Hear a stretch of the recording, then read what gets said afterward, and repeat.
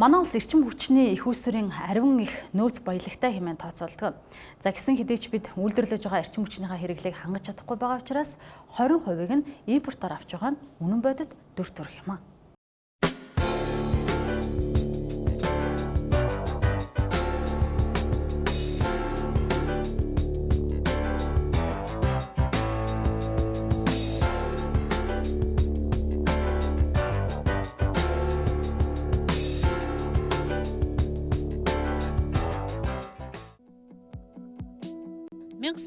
Оноос хойш Монгол улсын үе үеийн засгийн газар цахилгаан станцын мега төслүүдийг хөтлөхөөр оролцсон ч нэгэн ч амжилт олж чадалгүй мөрөөдлийн жигсаалт нэмэгцээр байна. Цааснаас цааш гаралгүй зарцаж ашигласан мега төслүүдийг зогс дурдвал 1970 онд урьдчилсан судалгаа нь анх хийгдэж байсан 244 мегаваттын хүчин чадалтай шүрэнгийн усан цахилгаан станцын төсөл 1985-аас 1986 онд барих шийдвэр нь гарч 2015 онд концессийн гэрээ үзэглэгдсэн 700 мегаваттын багнуурын цахилгаан станцын төсөл. 1991 оноос хойш өнөөдрийг хүртэл бүхий л засгийн газрын ямар нэг байдлаар орооцолдсон 315 мегаваттын хүчин чадалтай эгийн голын усан цахилгаан станцын төсөл. 2005 оноос мөрөөдлийн жигсаалтанд хүч дүрэн орж ирсэн мөн л 10 гаруй засгийн газар дамнан яригдаж 12-оос 13 удаа байршлан солигдохдоо 450-аас 820 мегаваттын хүчин чадалтай баригдахаар яригдсан 5 дугаар цахилгаан станцын төсөл. Энэ бүх мөрөөдлийн жигсаалт биелэлээ олсон бол өнөөдөр Монгол улс багаар одоход одоогийн 1334 мегаваттын суйрлагдсан хүчин чадлаас даруй 1700 мегаваттаар их эрчим хүчний их үүсвэртэй болчихоор байлаа. За үүнийгээ дагаад бусад уул уурхай аж үйлдвэрийн мега төслүүд хэрэгжих боломж бүрдэх байсан гэдгийг эдийн засагчид тодтогддог юм а. За тэгэхээр ялангуяа хөгжиж байгаа орнуудын хувьд энэ том мега төсөл хэрэгжүүлнэ гэдэг байна бас том сарилт болчиход байна л да. Тэгэхээр энэ алдагдсан боломжийг бид нар одоо тооцоход бас яг тооцдог тийм ярьж байгаа өнөөдөр алга. Хэрвээ мэдээж энэ эдгээр том төслүүд хэрэгжсэн бол өнөөдөр бид нар нийт цахилгаан эрчим хүчнийхээ 20%-ийг импортоор авч байна. За энд бол 200 гаруй сая долларыг зарцуулж байгаа. Тэгэхээр энэ томоохон их үүсвэрүүд ялангуяа усан цахилгаан станцын яригдж урд нь яригдсан том станцууд орсон бол энэ хэмжээний валютын урсгал гадагшаа гарахгүй гэсэн үг. Дээрээс нь ялангуяа энэ томоохон төслүүд дээр шууд болон шууд ус эдийн засгийн үржүүлэгч нөлөө гэж байдаг. Энэ том төслүүд ажлын байр бий болгоно, худалдаа авалтыг бий болгоно. Ялангуяа эрчим хүчний төслүүдийн хувьд бол эдийн засгийн үржүүлэгч нөлөө гэдэг нь бол өндөр бусад төслүүдтэй харьцуулахад. Тэгэхээр энэ бол одоо томоохон төслүүдийг цаг хугацаанд хэрэгжихгүй асуудлуудын шалтгаан бол мэдээж улс төр санх мөнгө санхүүгийн хөрөнгө босголтын асуудал гэдэг олон шалтгаан байгаа л. Тэгэхээр энэ бол эдийн засгийн алдагдлын хувьд бол тодорхой хэмжээний алдагт хүлээж байгаа нь бол зайлшгүй. Дотоод гадаадын хүчин зүйлээс шалтгаалan гатсаар цаасан дээр өтөлсөн төслүүдийг хүлээлгүйгээр оюутлогоо компани 2012 оноос хойш бүгд найрамдах хятад ард улсаас 100% цахилгаан эрчим хүчээ авч үйлдвэрлэлээ явуулж байна. Өнгөрсөн онд манай улс импортоор 1.7 тэрбум киловатт цаг цахилгаан эрчим хүч худалдан авсны 1.3 тэрбум киловатт цаг цахилгааныг зөвхөн оюутлогоо компани авсан байна. За өнөөгийн байдлаар оюутлогоо уурхаад хөдлөж байгаа бүхэн цахилгаан эрчим хүчийг ашиглаж байна. За энэ уурхаа дангаараа дулааны 3 дугаар цахилгаан станцын үйлдвэрлэж байгаа тэрхүү эрчим хүчийг ашиглаж байна гэж одоо зүйрлэж хэлж болох юм. За энэхүү нийт одоо цахилгаан эрчим хүчний хэрэглээний 80%-ийг зөвхөн баяжуулах үйлдвэр дангаараа ашиглаж байгаа. За 2022 онд далдуурхаа бол анхны баяжмлаа гаргаж эхэлнэ. За энэ үеэс бол өнөөгийн хэрэглэж байгаа цахилгаан эрчим хүчний хэрэглээ 30-аас 40% нэмэгдэнэ гэх мэдээлэл өгч байгаамаа. За оюутлогоо уурхаа бүгд найрамд хятад ард улсаас салаалсан дамжуулагч бүхий хоёр хэлхээд агаарын шугамаар эрчим хүчийг хүлээн авч байгаа юм. За эрчим хүчээ 220 кВт-ийн дид станцд хүлээн авч баяжуулах үйлдвэр болон далд уурхайг тэжээх тус бүр 220 кВт-ийн дид станцуудад хуваарлаж байгаамаа. Нийт эрчим хүчний 85%-ийг дангаараа ашиглаж байгаа баяжуулах үйлдвэрийн гол хэрэглэгч нь хагас нутаглах болон үрлэн термүүд. Өндөр хүчин чадалтай эдгээр төхөөрөмжүүдийн цахилгаан нийлүүлэлт ямар ч тасалдалгүй хэлбэлцэлгүй байх ёстой. Манай эрчим хүчний системд байхгүй одоо онцлог манай дээр юу байна вэ гэхээр одоо нөгөө цахилгаан эрчим хүчний хэрэглээний чанар гэж нэг юм байж байгаа тийм. Цахилгаан эрчим хүчний чанарыг докторжуулагч одоо нөгөө static var compensator гэж ярьж байгаа юм л да бид нар тэр төхөөрөмж бол одоо зөвхөн Монголд бол одоо зөвхөн манай оюутлогоо уурхайд бол том чадлын одоо 100 мегаваттын ийм төхөөрөмж бол байна. Тэгээ энэнгөөрөө бид нар бол яаж вэ гэхээр үйлдвэрийн нөгөө том тэрүүд маань одохоор маш мэдрэмхий тийм хүчтлийн одоо тодорхой утгыг бол яг тогтмол барих тийм шаардлагыг бол тавьдаг. Яг энэ одоо хүссэн төвшөнд нь бид нар энэ төхөөрөмжөөр эрчим хүчийг ямар хэлбэлзэл байхгүйгээр ингээд тогтвортой өгөх юм боломж болцсон бол бүрдэж байгаа юм л та. Энэ төхөөрөмж маань ерөнхийдөө яаж ажиллаж байна вэ гэхээр үйлдвэрийн одоо термүүд бол одоо тий маш одоо мэдрэмхий тий point-ийн одоо юу гэдэг 231 кВт-оор одоо энийг тохируулаа гэхэд нэмэх хасах 3%-оос хэтрүүлэхгүйгээр яг тогтвортой барьж чаддаг гэсэн үг байхгүй юу. Тэгэхээр энэнгээрээ бол одоо хамаагүй давуу байдаг. Жишээ авч ярих юм бол Улаанбаатарт нэг ийм асуудал гарч ирсэн шүү дээ. Цахилгааны хүчтэй гинт ирээд нөгөө айлын цахилгаан эсвэл шатчихсан тийм юм огт байх. Энд бол ямар ч тийм юм бол гарах бол үндэслэл байхгүй. Нөгөө хөдөлгөөрүүд бол бүгд инвертертэй одоо ингээд тодорхой давтамжийн ингээ өсгөх замаар хөдөлгөөрөө даажимдаа одоо ингээд хүчээ аваад иргэдэг. Яг тэрнтэй ижлэх нөгөө өгч байгаа хүчлээ бид нар яг л анх эхлэхэд яг хэдэн киловольт хүчил хүсэж байна. Яг тэр хүчлийг бид нар бол яг тогтвортой өгч чаддаг л гэсэн ийм л утгатай л да. 3 дугаар цахилгаан станцын үйлдвэрлэж байгаатай ижил хэмжээтэй эрчим хүчийг дангаараа ашиглаж байгаа оюу толгой урахад эрчим хүчний найдвартай, чанартай хангалт чухал. Харин гаднаас өөрийн дутагдсан хэрэгцээг хангаж байгаа манай талд энэ боломж байхгүй учраас бүгд найрамд хятад ард улсын Өвөр Монголын эрчим хүчний нэгдсэн систем эрчим хүч нийлүүлж байна. Өвөр Монголын эрчим хүчний олон улсын хамтын ажиллагаа компани нь 2012 оны 6 дугаар сарын 30-ны өдөр оюу толгой компанитай эрчим хүч нийлүүлэх гэрээг үзгэлсэн байдаг юм а.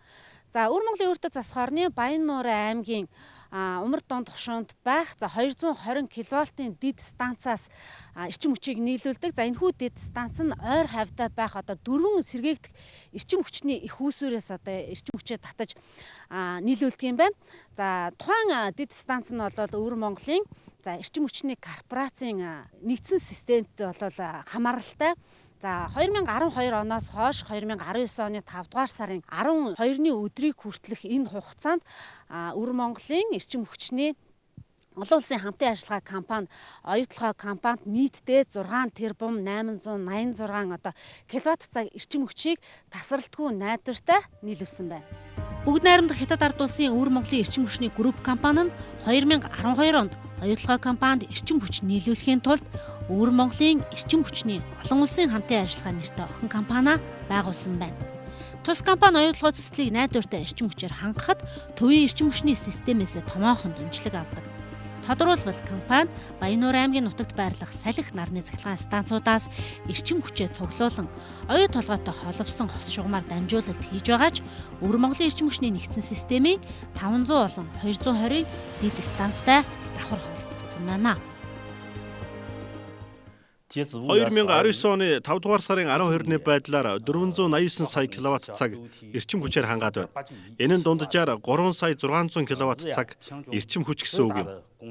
Мөн энэ хугацаанд оргил ачаалал 2 дугаар сард болж өдөрт хамгийн ихдээ 4 сая 13500 кВт цаг, ачаалал нь 170 МВт хүрсэн. Монголын оюу толгойн зэсийн уурхайн төслийн эрчим хүчийг нийлүүлснээс хойш Өвөр Монголын эрчим хүчний олон улсын хамтын ажиллагаа компани гэрээг маш сайн биелүүлэн сэргээгдэх эрчим хүчийг цуглуулж оюу толгойн цахилгаан дамжуулах болон хувирах төхөөрөмжийн ашиглалт, засвар үйлчилгээний менежментийг чанарын өндөр түвшинд гүйцэтгэж оюу толгойг хариуцлагатайгаар найдвартай эрчим хүчээр хангаж байна. Бүгд найрамд Хятад ард улсаас цахилгаан эрчим хүч нийлүүлэхэд үйлдвэрлэлийн процесс тулгарч байгаа гол асуудал нь хоёр орны үйл ажиллагааны менежментийн стандартууд ижил биш байдаг тухай нийлүүлэгч тал онцолж байна. Жишээ нь 2017 оны 12 дугаар сарын 19-нд оюу толгойтой холбогдсон 1-р шугамын 16 судал кабель гэмтэлтэй байсан бөгөөд хоёр талын стандарт хэлний ялгаатай байдлаас шалтгаалan 41 мэргэжлийн засвар үйлчилгээний ажилтан 11 тээврийн хэрэгсэл 13 хоногийн турш өдөр шөнөгүй оюу толгой компанитай хамтран ажиллан засварын ажлыг амжилттай дуусгасан.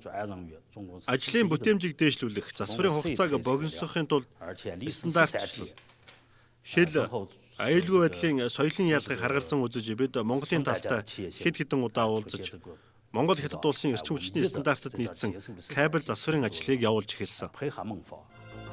Бүгд найрамд Хятад ард улсаас оюу толгой компанид нийлүүлж байгаа цахилгаан эрчим хүч нь Өвөр Монголын эрчим хүчний нэгдсэн системийн ердөө 1%-тай тэнцдэг гинэ.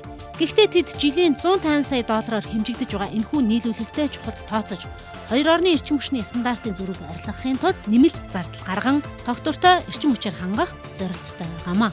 Хэрвээ одоо ингээд нөгөө төлөвлөгөөний дагуу ажил маань ингээд яваад 2022 он гэхэд одоо 70 дуурхайн олборлолтын үйл ажиллагаа руу шилжинэ гэх юм бол нэг 80 мегаватт орчим ачаал нэмэгдэнэ гэсэн юм төсөөлөл байдаг юм аа. Тэгээ ингэснээр одоо уурхай нийт хэрэглээ бол нэг 250 мегаватт орчим ачаалтай болно гэсэн үг. Зайлшгүй дулаан цахилгаан станц шиг Монгол дотооддоо ийм үйлдвэртэй байж иж магадгүй бид нар ийм боломж нэгтгэх юм гэж ойлгож байна. Хэрвээ хятад улсаас гэвэл Тэ. Одоо тэгнэ гэсэн үг шүү дээ. Гэхдээ яг энийг бол одоо өнөөдөр би бол хариулаад байж хэвээр юм бол биш шүү дээ. Энийг бол одоо манай Монголын эрчим хүчний нэгдсэн систем одоо диспетчерийн үндэсний төвийн мэдлийн асуудал одоо тэндээс бол одоо ийм ачааллыг хангах нөөц их усөр байна гэдгээд манайтай холбох юм бол бид нар бол хэрэглэхэд бэлэн байна л гэсэн үг.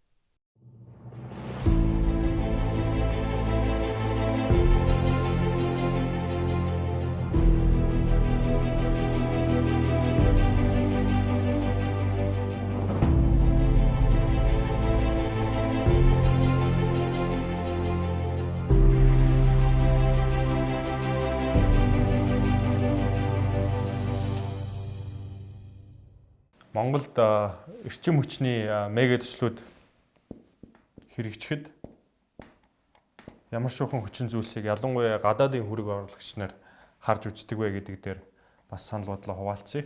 3 томоохон хүчин зүйлс байгаа. Нэгт бол одоо энэ томоохон бүтээн байгуулалтыг хэрэгжүүлэхэд хөрөнгө оруулагчид юу хардаг вэ гэхээр хамгийн түрүүнд хэрэглээгээ харна.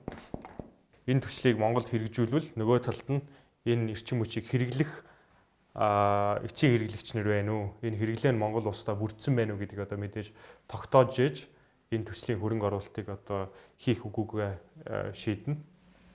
Хоёрт болохоор ямар ч үдээсэн за энэ хэрэглээ нь байгаа юм байна гэд хөрөнгө оруулагч нар тогтоочих юм бол дараа нь мэдээж юу вэ гэхээр нөөц нь байна уугүй юу? Одоо энэ станцыг бариад энэ томоохон эрчим хүчний их усүрийг бариад хэрэглээг хангахад аливаа нэгэн станцад ямар нэгэн нөөц хэрэгтэй болно. Тэгэхээр тэр нөөц нь байна уугүй юу гэдгийг одоо маш сайн судалж тооцоолох хэрэгтэй. Станцын хэрэглээний нөөц гэвэл одоо 2 янз байж болно. 2-оос илүү ч янз байж болно. Бидний өнөөдрийн ядж байгаа бол одоо мэдээж нэг нь бол одоо нүүрснээс одоо нүүрсэн сахилгаан станц гэж яригддаг. Тэгээд одоо түүхийн нүүрсээр одоо шатаагаад тэгээд тэр эрчим хүчийг үйлдвэрлэх ийм боломжтой болдог. Мэдээж нөгөөх нь болохоор одоо сэргээгт эрчим хүчний их усүрүүд ашиглаж одоо энэ эрчим хүчийг үйлдвэрлэх ийм боломжтой болдог. Гуравт нь болохоор энэ альва мега төсөл гэдэг чинь өөрөө болохоор дор хаяж 1 тэрбум доллароос давсан ийм хөрөнгө оруулалтыг хэлдэг. Тэгэхээр 1 тэрбум долларыг одоо Монголд эрчим хүчний салбарт томоохон станц барих хөрөнгө оруулагч нар за одоо хэрэглээ байгаа юм байна гэж тогтоочлоо. За одоо бид нар нөөц ашиглая гэвэл нүүрс юм уу сэргээгт эрчим хүчний аль нь эсвэл одоо хослсон ч юм уу энэ нь байгаа гэж тогтоочлоо. Гуравт хамгийн сүүлд одоо юу чухал байдаг вэ гэвэл одоо мэдээж энэ их мөнгийг маш хариуцлагатайгаар хөрөнгө оруулалт хийдэг. Тэгээд ялангуяа эрчим хүчний дэд бүтцийн салбарт бол одоо мэдээж илүү хариуцлагатай хандах ёстой. Тийм учраас одоо энэ төсөл олгон дээр маш сайн гэрээ хийх ёстой байдаг. Маш сайн бөгөөд маш урт хугацааны гэрээ, тогтвортой гэрээ хийжээж энэ хөрөнгө оруулалтын нөхцөл нь бүрдээд тэгээд одоо энэ мега төслүүдэд хөрөнгө оруулалт хийх боломж нь нээгддэг гэж одоо ойлгож болно. Бид нар ч гэсэн Монголдо одоо эрчим хүчний мега төслүүдийг дараагийн төслүүдийг ингээд хэрэгжүүлээд явхад нөөц дээрээ одоо аль нөөц дээрээ түшиглэх вэ гэдгийг одоо маш сайн сайтар бодох хэрэгтэй. Ялангуяа одоо энэ нүүрс сэргээгт эрчим хүч хоёрын ялгааг одоо бид нар өөрсдөө маш сайн ойлгох хэрэгтэй. Тэгээд тэрний үр дүн тэгээд тэрнээс гарч байгаа нөлөө нь одоо яг Монгол улсад аль нь илүү ашигтай вэ гэдгийг одоо маш тийм олон өнцгөөс хараад тэгээд тэн дээр одоо гэрээгээ хийгээд тэгээд хөрөнгө оруулалтаа оруулах ёстой.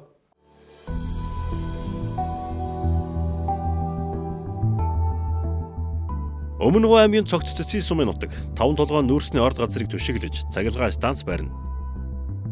Барилга угсралтын ажил 2020 оны 3 дугаар сард эхэлж 2023 оны 2 дугаар улиралд ашиглалтанд оруулна. 300 мегаваттын хүчин чадалтай байх уг цахилгаан станц нь жилд 1.4 сая тонн нүүрс хэрэглэнэ. 5 толгойд цахилгаан станцтай болсноор эрчим хүчний импорт 80% буурна. Монгол улсын эрчим хүчний салбарт сүүлийн 40 жилд нэгч мега төсөл хэрэгжээгүй. Энэ бол эрчим хүчний мега төсөл.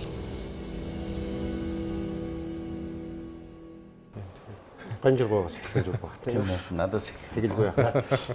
за хамаагүй. Эрчим хүчний том бодлого одоо макро бодлого яагаад ингэ хэрэгжихгүй юм бэ гэвэл би бас ингэ бодоод үзсэн л дээ. Өнгөрсөн одоо 90 оноос хойш хугацаанд бол нийтдээ 12 сайд төрийн сайд байж эрчим хүчний асуудал хариуцсан. Энэ 12 төрийн одоо эрчим хүчний асуудал хариуцсан сайдаас бол 9 нь бол мэрэгжлийн бус хүмүүс.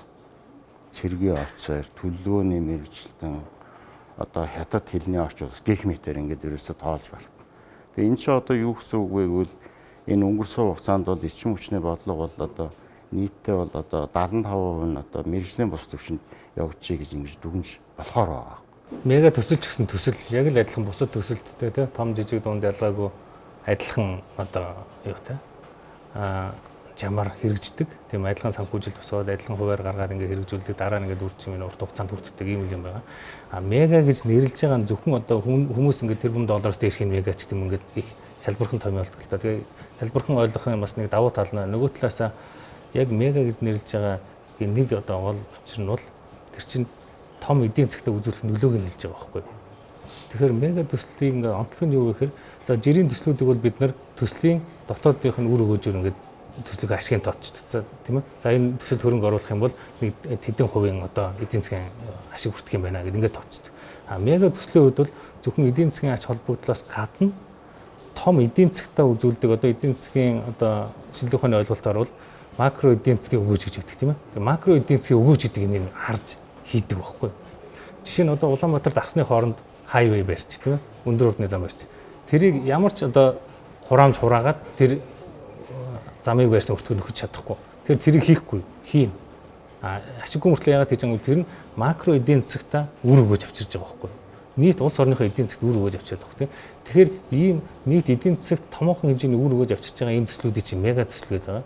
Энийг ийм том үр өгөөж нь авчирж байгаа яг тэр үр өгөөж нь жинкнээсээ маш сайн тооцож мэдрээд гарцаагүй хийх ёстой юм байна гэдгийг одоо хийгдэх жамтай энэ хийгдэх л ёстой ийм төслүүд. Монгол улсын хэмжээнд ийм төслүүдийг хийж ирсэн зөндөө хийжсэн. Төмөр зам барьсан бид нар Эрдэнэ төлөвлөрийг барьсан, 4-р цахилгаан станцыг барьсан. Одоо хамгийн сүүлд оюутлогоо одоо бид нар бариад дуусгах гэж байна тийм ээ. Хүрийн зүйлэн дээр утга болчихгүй бол одоо ингээд бариад бид нар ашиглалтанд оруулаад дуусгалаа шүү дээ. Тэгээ ингээд мега төслүүдийг бид нар барьж болж байгаа. Гол нь тэр том эдийн засгтаа үзүүлж байгаа үр нөлөөг нь бид нар сайн ойлгож байгаа.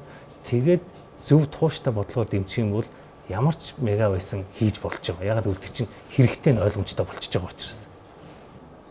Тусгай зөвшөөрөл авсан, үйлдвэрлэл эрхлэхээр байрахаар ингээд төслүүд бол олон янзаараа бол төрөл төрлөөр одоо сэргээгдэж байна уу? Одоо уламжилтж байна уу? Тэр хэлбэрээр бол зөвшөөрөл авсан олон төслүүд байдаг. Энэ нь ерөөсө хөдөлж өгдөг. Хөдөлж өгдөг шалтгаануудыг бас бид нар өөрсдөө дотроосоо эхлээд хайгаад дараад гадаад нөлөөний тухай бодох хэрэгтэй. Хамгийн ойрхны жишээ Хятадын одоо усан цахилгаан станц шүү дээ. Дэлхийд одоо томд ордог.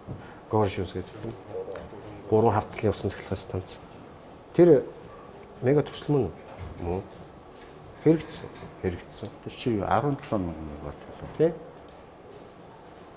Тэр чинь бол асар том төсөл байхгүй. 17 мянга гэдэг чинь өнөөдөр одоо Монгол улсын эрчим хүчний системийг одоо 15 дахин өсгөө тэнцээ тавьсан байна шүү дээ.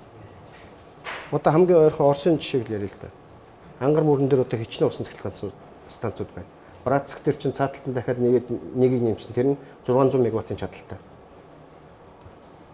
Тэр нь өнөөдөр бидний нөгөө нэг барих гээд барьж чадахгүй хоорондоо асуудал үүсгэж байгаа юу гэдгийг бөөрөлжүүдийн 600 мегаваттын чадaltaй адилхан л станц. Тэр хэдэн жилийн хугацаанд баригдаад дуусав.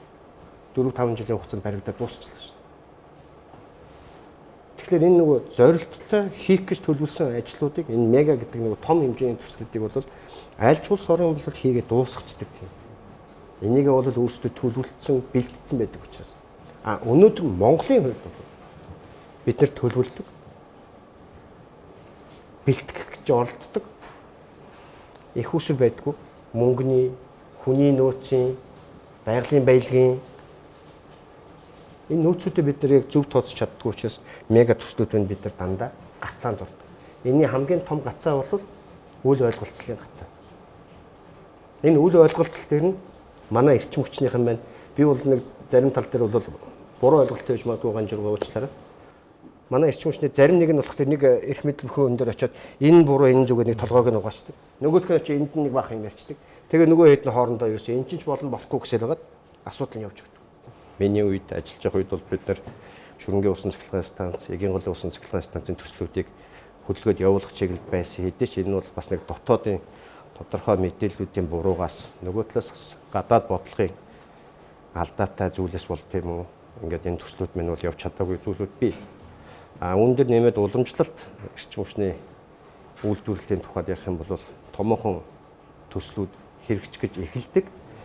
Гараан дээрээ гардаг, гараад гүйдэг, бариндаа орч чаддгүй нэг юм байна. Тэгээ энэ болохоор юу болдог гэхээр ер нь зүгээр дотоодын улс төрийн тэмцлээсээ болдог.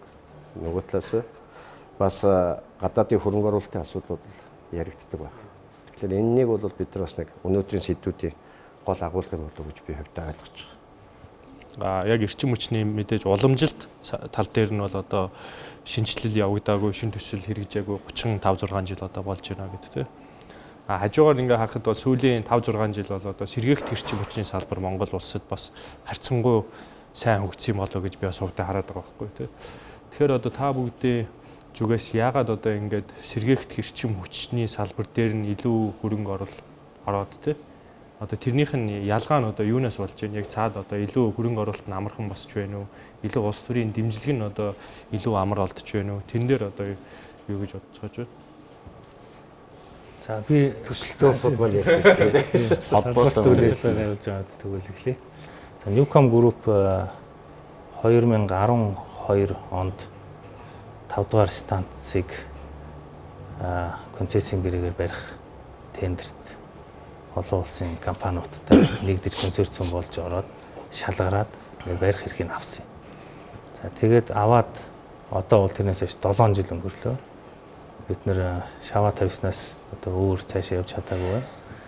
За энэ дээр яагаад энэ өнгөрсөн хугацаанд бидний төслийг амжилттай эхлүүлээд одоо ашиглалтанд оруулахар хугацаа болчиход байгаад чадаагүй гэдэг нэг зүгээр өөрийнхөө төслийн ийм жишээн дээр аваад үзэхэд ийм хит юмнууд бол харагдаж байгаа. За нэгдүгээр түрүүний миний хэлжсэнээр эрчим хүчний төсөл бол яг нэгэд үтсийн бусад төслүүдтэй адилхан маш урт хугацааны юм доктортой бодлого, дэмжлэг, засагаас тийм дэмжлэг шаардлагатай.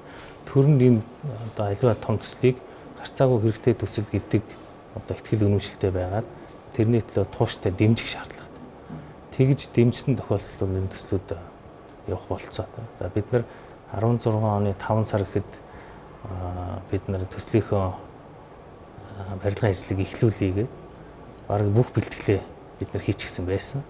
За газрын асуудал шийдэгдээгүй. За барилга эхлүүлэх цусгай зөвшөөрлийг одоо яамнаас тухайн үед олохгүй. Ийм хоёр асуудал дээр бол одоо гол хоёр асуудал дээр бол нэлээд урдсан. За үүнээс болоод манай одоо төсөл төр хамтран оролцож байсан консорциумын бусад гишүүд тийм ээ Япон, Солонгос, Францын дандаа дэлхийд тэргүүлэх чиглэлийн одоо хэмжээний тийм том компаниуд байсан. За бид нар за үүнээс хойш одоо бид энэ төсөл цаашаа явахгүй ингээд танай засгийн бүрэн дэмжлэг авахгүй байх юм бол бид нар өөрсөн дээр санхүүжил босгож чадахгүй. Энэ бол зүгээр нэг 200-300 сая доллар бүтчих тийм ээ. Альва компани өөрөө ингээд санхүүжилтээ хийгээд босчихоор төсөл биш. Тэр бом 300 сая долларын одоо хэмжээний хөрөнгө оруулалт шаардсан тийм төсөл. Үүнээс тэр бом гаруугийн банкны зээлээр санхүүжилтээр төслийн санхүүжилтээр босгох шаардлагатай байсан. Тэгэхээр ийм хэмжээний төслийн санхүүжилтийг яхахын тулд тухайн одоо санхүүжилтийг олох банкнууд маш тогтвортой нөхцөл тийм ээ. Маш тогтвортой одоо урт хугацааны дэмжлэгийг одоо хардаг, шаарддаг. Нөгөө талдаа энэ нүүрсний ийм дэлхийн трендээр бол нүүрсний том цахилгаан станцууд дээр хөрөнгө оруулалтуудыг хийхгүй. Одоо дэлхийн дулаалал тийм ээ. Одоо глобал энэ одоо нөхцөл байдалтай холбогдуулаад бид нар нүүрсний станцуудыг ер нь санхүүжүүлэх бодлого таньж байгаа. Цаашдаа урт хугацаанд энийг бол бид нар бүр одоо зогсооно гэсэн ийм одоо бодлогуудыг хэлж ирсэн. Тэгээд ийм учраас бид нар 16 оноос цааш бол бид нар яаж чадахгүй. банкур биднэрт мөнгө өгөхгүй юм байна. Бид нар энэ төслийг санхүүжүүлж чадахгүй юм байна гэдэг ийм одоо маш тодорхой байр суурийг илэрхийлсэн. Тэгээ бид нар энийг нэг хүрээнд 16 онд багтаад энэ төслөө хийчих гэж маш их чармаасан боловч үүндээ одоо төрийн тодорхой дэмжлэг дутагдсан. Үүнтэй холбоотой тухайн үед нэгэ сонгуульч бас таарлаа тийм ээ. Тэгээд дэмжлэг дутагдсанаас болоод бид хийж чадсангүй тэр хугацаанд тэгэнгүүт манай консорциумын одоо хамтрагчид маань за бид нар тэгвэл энэ төслүүдийг цаашдаа санхүүжүүлж чадахгүй, нүүрсэн дээр мөнгө өсч чадахгүй байна. Тэгэд ингээд одоо гараа авчиж байгаа. За тэгэхээр энэ бол манай одоо 5 дугаар станцын жишээ тийм ээ. За бусад төслүүд дээр за одоо ингээд бас дандаа хувийн хвшлийн хэмжээнд яригдж байгаа одоо хөгжүүлж байгаа олон төслүүд байна тийм ээ. Энэ төслүүд бол бүгд тодорхой хэмжээний бас юм асуудалтай. За олон улсын одоо хөгжлийн банкудаас байгууллагуудаас ийм том хэмжээний зээлийг босгох гэхээр яг одоо нүүрсэн дээр ингээд хөрөнгө оруулалт олохгүй гэдэг ингээд явж тээ. За олгож байгаа зарим нэг нь одоо технологи ингээд нийлүүлчихье гэсэн тийм ээ. Солонгос, Японы, Солонгос, Хятадын одоо зарим нэг хөрөнгө оруулагч банкуд байдаг дэмжлэгтэй ингээд явж тээ. Өөрөлдвөл ингээд нүүрсэн дээр хөрөнгө оруулах ийм боломжтой тийшээ мөнгө хийх болцоотой санхүүжүүлэгчтэй ийм орнууд ийм газрууд бол ингээд илт цөөрөөд ерөөсөө ингээд 2-3хан л тоологдох хэмжээгээр тоологдохоор болчиход байна тийм үү. Энтиг хятад Солонгос гэл дуусчих гээд шүү дээ. Тэгэхээр эднээс л одоо бид нар мөнгө олж чадна, бусдаар бол чадахгүй. Ягаад гэвэл одоо бусад хөгжингүй орнууд бол энэ нүүрсний технологи мөнгө хийхээр бүр ингээд гацаад ингээд зогсоочлоо. Тэр ийм тохиолдолд бид нар заавал нүүрсний станцуудыг барьна, нүүрсний станцыг томоор хөгжүүлнэ гэж яваад хахад үндэслэлгүй болчихлоо. Ягаад гэвэл бид нар өөрсдөө мөнгө гаргаад барьж чадахгүй юм чинь, бусдаа санхүүжилт авах юм чинь. Тэгэхээр энэ чинь ингээд цаашдаа явах маш хэцүү боллоо явчих. За тийм учраас бид нар 5 дээр бол одоо технологио солих гарцаагүй шаардлагатай болж байгаа. За тэгээ бид нэр технологи ямар одоо ингээд аль биесны хүсэлт тавиад хийн одоо түлшээр ажилдаг станц болох талын судалгааг эхлүүлэх юм зөвшөөрлийг авсан байж байгаа. Тэгээд бид нэг 5 дугаар станцыг шинээр одоо хийн түлшээр ажилдаг юм станц болон хөгжүүлэх. Энэ дээр одоо төслийн хамтрагч болох ийм ажлыг одоо бид нар хийгээ явж байна. Тэгэхээр энэ хийний хувьд яриад хахад бол адилхан одоо сэргээгдэх бус тийм ээ. Бас л адилхан одоо нүүрс хүчлийн ялгаруулдаг ийм төсөл. Гэхдээ бусад банкнуудын хувьд бол нүүрсээ хамаагүй илүү дэмжлэгтэй байгаа. Байгаль орчинд хоорондоо багтаа гэдэг утгаараа нөгөө талаас манай Монголын эрчим хүчний одоо системд хийгээр ажилтдаг хийний одоо түлштэй станц маш их хэрэгтэй байна. Тэгэхээр тэр нь ямар хэвээр одоо диспетчерийн зохицуулалтын хувьд маш таатай нөхцөлтэй тийм ээ. Нүүрсний станцыг бол горим тохируулах, хэлбэрт ажиллуулах маш хэцүү. Маневр маш удаантай 4-5 цаг удаа болж одоо ингээд тийм чадлаа авдаг. Тэгээд ингээд хэрэглэгчийн юутай хэрэглээтэй холбогдуулаад багасгаад ихсгээд байхад маш хэцүү үү. Хийн станц бол маш хурдан маневр хийдэг. Секундээр ингэж маневр хийдэг учраас тэр бол манай системд маш их давуу талтай байна. Тэр хийн юм уу усан цахилгаан станцын одоо их усэр манай томох хэмжээний усэр манай төвийн системд байж их юм бол бид нар сэргээгт эрчим хүчийг маш том хэмжээгээр хөгжүүлэх ийм болцоод бий болж байгаа юм л. Тэгэхээр ийм одоо давуу талыг бид харж байгаа учраас ингэж явж байгаа. Дэлхий дээр одоо сэргээгт эрчим хүчинд оруулж байгаа хөрөнгө оруулалтын 60% нь хөгжиж байгаа орнуудад орж байна. Хөгжингүй орнууд бол хөгжиж байгаа орнуудаас хамаагүй бага сэргээгт эрчим хүчийг хөгжүүлж байна. За олон талын одоо шалтгаантай тийм. Нэгдүгээр тэд нар угаасаа эрчим хүчний хэрэглээг бий болгоцсон байна. Шинээр одоо үйлдвэрлэлийг болох одоо хэрэгцээ шаардлага байгаа. Хоёрдугаарт энэ чинь хөгжиж байгаа орнууд жинхнээс их хэрэгтэй юм байгаа байхгүй тийм ээ. Байгалийн одоо хэм бол нүүрсний одоо бусад одоо байгалийн баялагаас хамаарал багтай эрчим хүчийг өөрсдөө дотооддоо хөгжүүлж байна. За нөгөө талдаа энэ технологи нь маш бүртээмжтэй хямдхан болж явж байна тийм ээ. Шинээр нүүрсний юм уу газын станц байгуулахыг шинээр нарны юм уу цахилгаан станцыг байгуулах өртөгтэй ингээд харьцуулаад үзэх юм бол сэргээгт эрчим хүчийг барьж байгуулах ашиглах нь хямдхан болсон байна. Тэгэхээр одоо анханасаа биднэрт байсан сэргээгт эрчим хүч бол үнэтэй гэсэн ойлголт ч одоо дэлхийд байхгүй болж байна. Жишээ нь одоо ингээд шинээр Монголд ярьж байгаа станцууд тийм ээ 4-500 мегагийн хэмжээнд ингээд ярьж байгаа нүүрсний станцуудын тариф бол 7-8 центээр яригдэж байна. Хэрвээ бид нэр 4-500 мегагийн сэргээгт эрчим хүчний төсөл ярих юм бол 6-7 центээр л яригдэж байна тариф.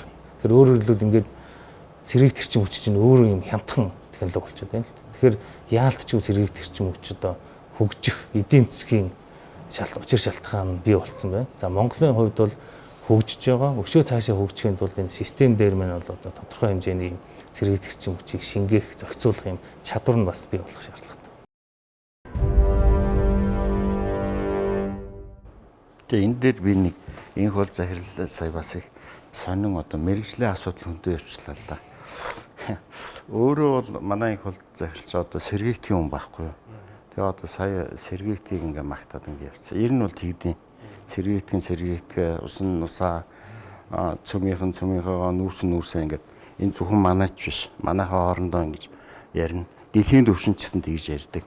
Тэгэхээр дэлхийн одоо эрчим хүчний зүйл ямар одоо зөвлөмж гаргасан бэ гэвэл аль улсад ямар баялаг байна тэрийгэ та нар ашиглаа л гэж байгаа байхгүй.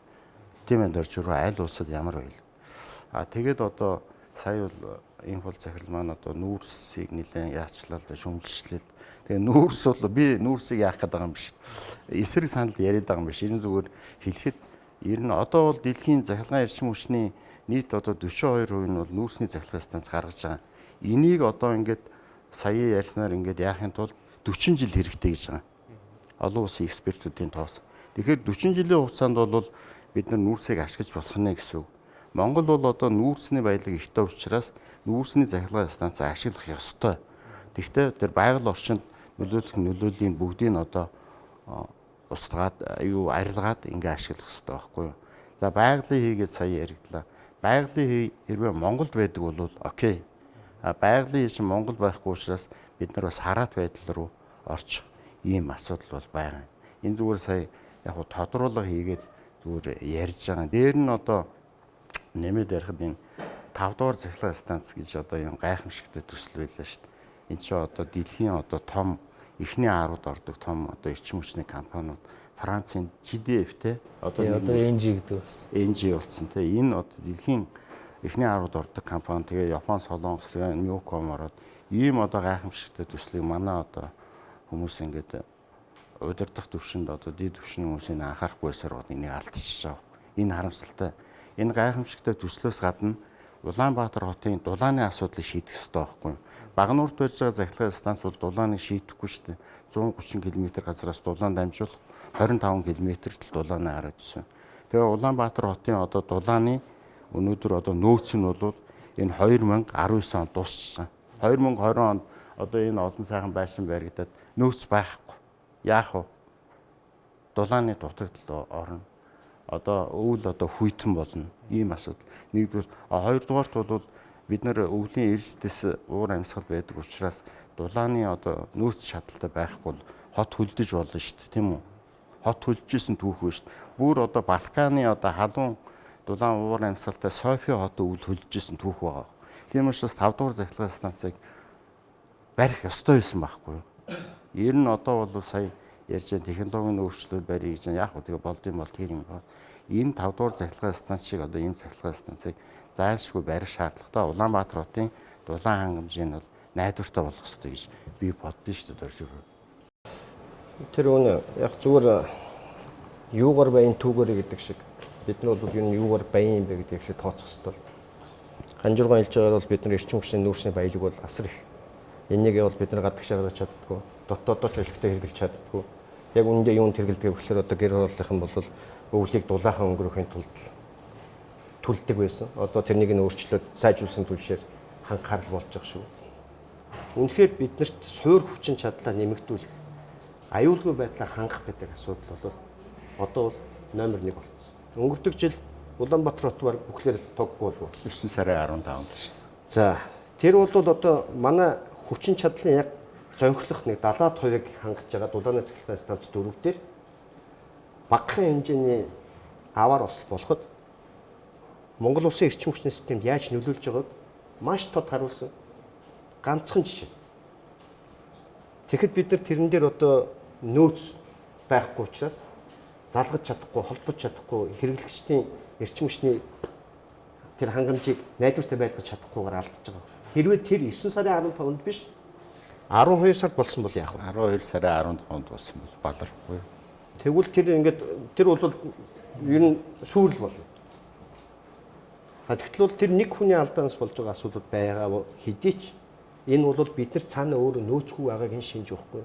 Өнөөдөр бид нар нөөцөө шахах. Одоо машинаар бол 220 хүрдэг машинаар бол 220 хүртэл тултал нь гიშгээд идэг. Яг зайлшгүй шаардлагатай газар цаашаа өшөө хүч нэмээд явах гэхэл байна. Тэгээ энийг нэмээд хийя гэд одоо өөрсдөд байгаа хамгийн арвин өөрсдөө хянаад хэмжээгээ тодорхойлоод хийж болох нүүрсний цахилгаан станцуудад барья гэхлээр яг зүгээр гадны хувьд гадаадынхны санхүүжүүлэгчдийн хувьд бол агаар мандал бохирдуулдаг энэ юмд бол хандахгүй гэж байгаа хэдий ч ханддаг газрууд одоо бол байж л байгаа тийм ээ.